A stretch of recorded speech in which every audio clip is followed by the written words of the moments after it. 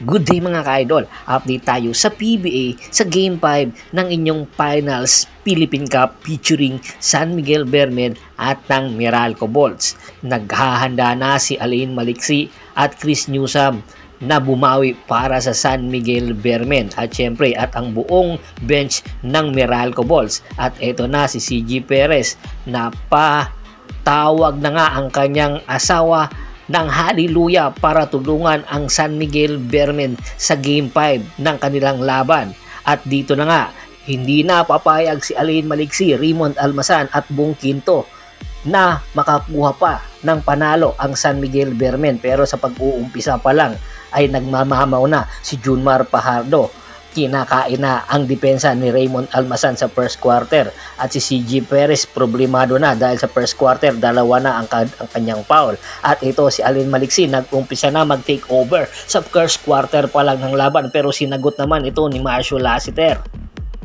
Pati si Chris Newsome sumasali na at ito naman si Raymond Almasan pinakita niya na kaya niya rin mag-step up sa laban ito. Score na 25-24 lamang na ang San Miguel Bearmen sa first quarter ng laban. At ito na si Alain Maliksi, hinahanda niya na ang kanyang aatakihin at kung sino man ang didepensa sa kanya. Ito na nga si Raymond Almasan, nag-umpisa na second quarter. Si Don Troliano tupikada ng 3-point shot. At si Coach George Gallant galit na dahil tinamaan sa mukha si Junmar Fajardo ni Cliff Hodge dahilan para magkasugat ito sa ilong. At dito na nga nag-beast mode na talaga si Abay Junmar Fajardo. O tingnan mo meron siyang bandage sa ilong na. Ito yung resulta ng pagkakatama niya kay Cliff Hodge pero si Cliff Hodge patuloy pa rin ang atake. At ito si Chris Banquero at ito si Alain Maliksi for the 3-point shot. 47-46 lamang sa first half ang Meralco Bolts ng isa pero pagdating ng third quarter nag-umpisa na mag-take over si CG Perez. Tumira agad ng 3-point shot pero si Chris Newsome sinagot naman ito ng another 3-point shot at si Bong Quinto nagpaulin din ng 3-point shot para nga idikit ang laban. At ito na nga, ito yung haliyop ni Chris Newsome kay Raymond Almasan. Ito yung run ng Meralco Bolts para lumamang ng 10 sa third quarter. At ito nga si Alain Maliksi, take over mode niya na. Talagang pinakita ni Alain Maliksi na dapat siyang mag-step up para makalamang ang San Miguel ng isa lang.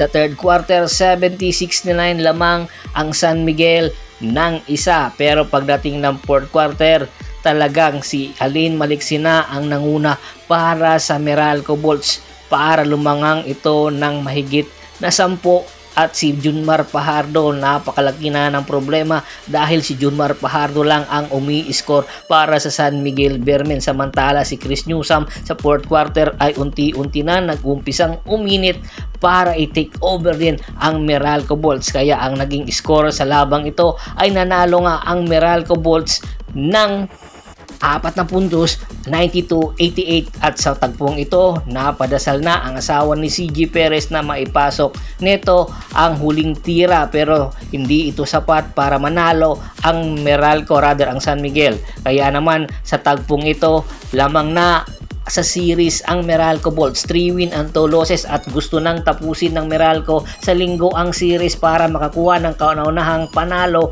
sa Philippine Cup at ang naging best player of the game ay si Alain Maliksi na kumana ng 22 big points at 8 rebounds para pangunahan ang Meralco Bolts. Samantala, lipat naman tayo sa mga na-eliminate na team.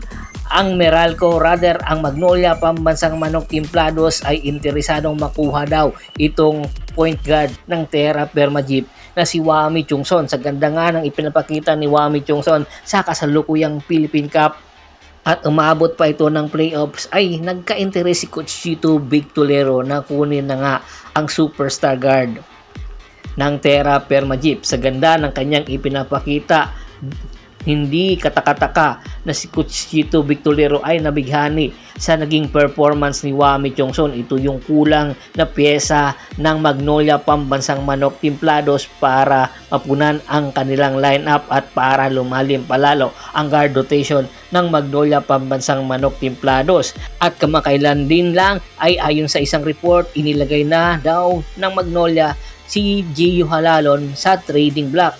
Ito yung paraan daw para makuha ng Magnolia si Wami Chongson. Ibig sabihin lang nito, kung sakaling magkasundo ang Magnolia at ang Terra Firma Jeep, ay malaki ang posibilidad na si Wami Chongson mapupunta sa Magnolia at samantalang si Gio Halalo naman mapupunta sa Terra Firma Jeep. Pero marami ang nagtatanong, hindi ito magtatagal si Gio Halalon sa Terra Firma Jeep dahil mayroong plano ang SMC na ilipat din ito sa kabilang kupunan. Ito nga ay ang Barangay Ginebra San Miguel na nangangailangan sa kanyang serbisyo. At take note, hindi lang si Gio Halalon ang posibleng ilipat ng Barangay Ginebra. Ayon nga sa isang report, kinakausap na rin daw ng Barangay Ginebra ang Blackwater Bossing para sa isang trade negotiation na magaganap involving ganito si Christian David. Kinakailangan daw ni Coach Tim Con ang serbisyo ni Christian David. Sa height nitong 6'7" ay malaki ang may tutulong nito para sa Barangay Ginebra San Miguel para sa rotation niya sa wingman at posibleng makasabayan nga si Jamie Malonzo. Marami ang nagtatanong kung sakaling kagatin ito ng Blackwater Bossing, sino naman ang ibibigay ng Barangay Ginebra papunta sa Blackwater Bossing. Ayon nga sa isang report ay ipapadala daw si Stanley Pringle papunta sa Blackwater Bossing at ang 2024 first round ng Barangay Ginebra San Miguel. Kung sakasakaling kakagatin daw ito ng Blackwater Bossing ay malaki ang tsansa na mas lalo pang lalalim ang rotation ng Barangay Ginebra San Miguel at ito daw ang magiging rest back ng Barangay Ginebra sa Meralco Bolts. Kaya aabangan natin ang mga susunod na update sa nasabing negotiation between Blackwater Bossing, Magnolia Pambansang Manok Timplados at ng Barangay Ginebra San Miguel.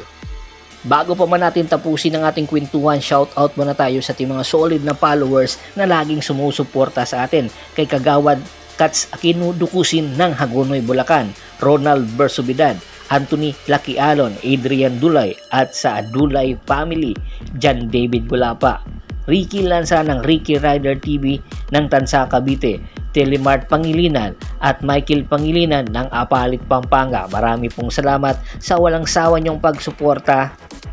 Pakibisita na rin po ng Facebook fanpage ko, paki-like, paki-follow, paki-share din po sa YouTube channel ko at TikTok channel ko na Percival Monteron Sports Channel. Hanggang sa muling kwentuhan, maraming salamat po.